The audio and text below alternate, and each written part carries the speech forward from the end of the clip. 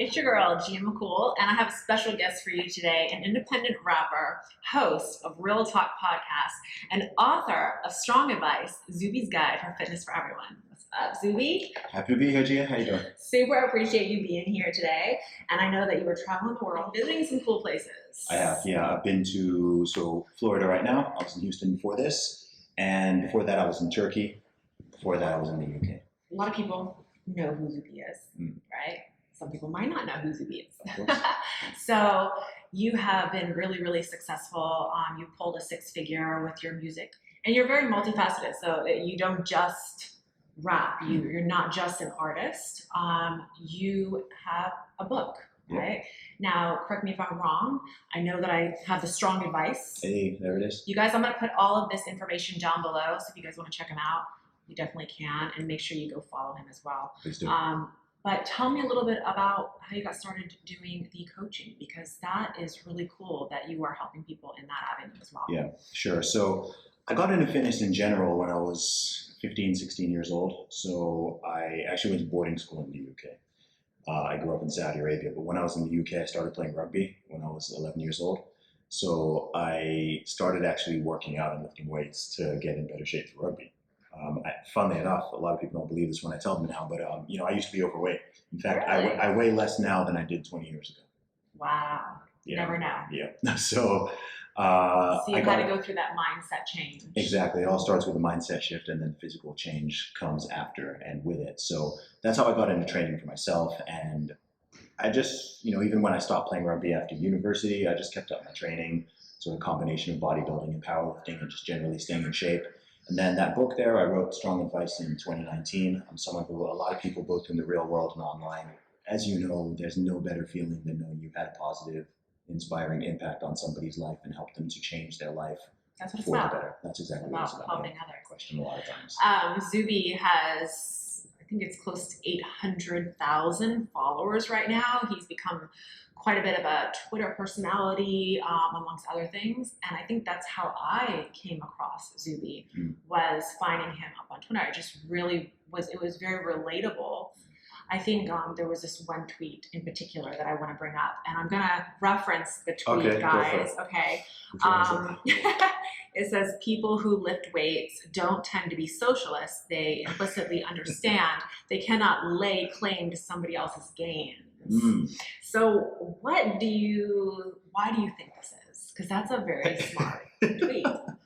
So it's one of those tweets. I do a lot of tweets that are slightly tongue-in-cheek, but there's also a strong element of truth to them. And it's one of those things that it might sound weird that there's some kind of overlap between like fitness and working out and strength training and socio-political views, but actually you find that there is.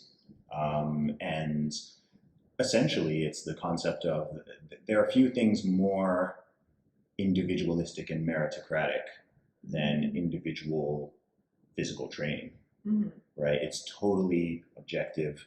The weights don't care if you are a man, a woman, black, white, brown, straight, gay, whatever. Like every single day you go in there, the weights weigh the same thing. Exactly. Right? They weigh the same thing, and it's just a battle against yourself. And even in most sports, there are other factors, right? In any team sport, you could play the best game ever, but your team can let you down or the other team can play better. But on an individual level, it's just you and the training. And so I think when people do that and they commit to it and they have the discipline and the personal responsibility and the understanding of what it takes for them to mentally and physically transform themselves, that tends to go across other areas of their life.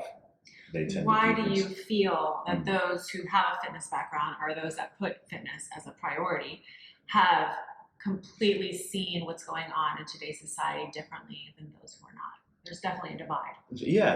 And, of course, someone's going to come out and scream some exceptions. There's exceptions to everything. But I think as a general trend, I think it's the individualism. I think it's the individualism and, like I said, the personal responsibility and the willingness to go against the grain somewhat. And those who have stayed in fitness for a long time and kept it a lifestyle understand the meaning of continuing to do it even with that resistance. Push past it. keep going. Mm-hmm. And I think that in a situation that's around the world right now, we are dealing with so much resistance. Yep. And most people don't know how to handle it. So the easy way is just to back out. Mm-hmm. And those who are like us, who are constantly pushing that, you know, we're not going to just take no for an answer. Yep. We're going to see what's next. You know what? Because it's only when you get through those challenges that you become better. Yes, it's also an understanding that health is holistic.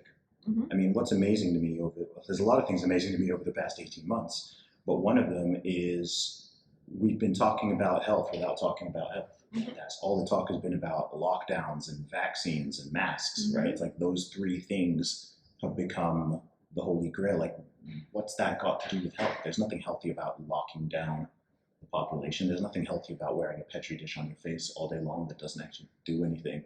Mm-hmm. Pardon me. Exactly. And, and vaccines, great. You know, we have certain technology and certain treatments, but health should not be outsourced to pharmaceutical companies, right? Pharmaceutical companies and technological advancements, all of that is great. All of that has helped to extend human life.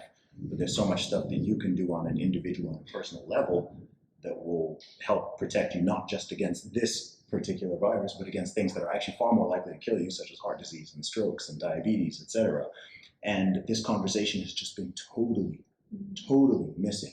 And it's a shame. It's a shame. I think it also says a lot about where we are as a society, with people always looking for the easiest way out, the path of least resistance, and also the thing that looks the most virtuous rather than the thing that makes the biggest difference. Guys, so Zuby, before I get into the second part of this, guys, second part is coming next, okay? So you do not want to miss it. I'm not going to tell you to subscribe because you guys are already subscribed, but if you want some notifications so you know when the second part comes out, make sure you get the notifications and go follow this man. I put everything in the description. We'll see you all next time. You have any questions for me? No. No.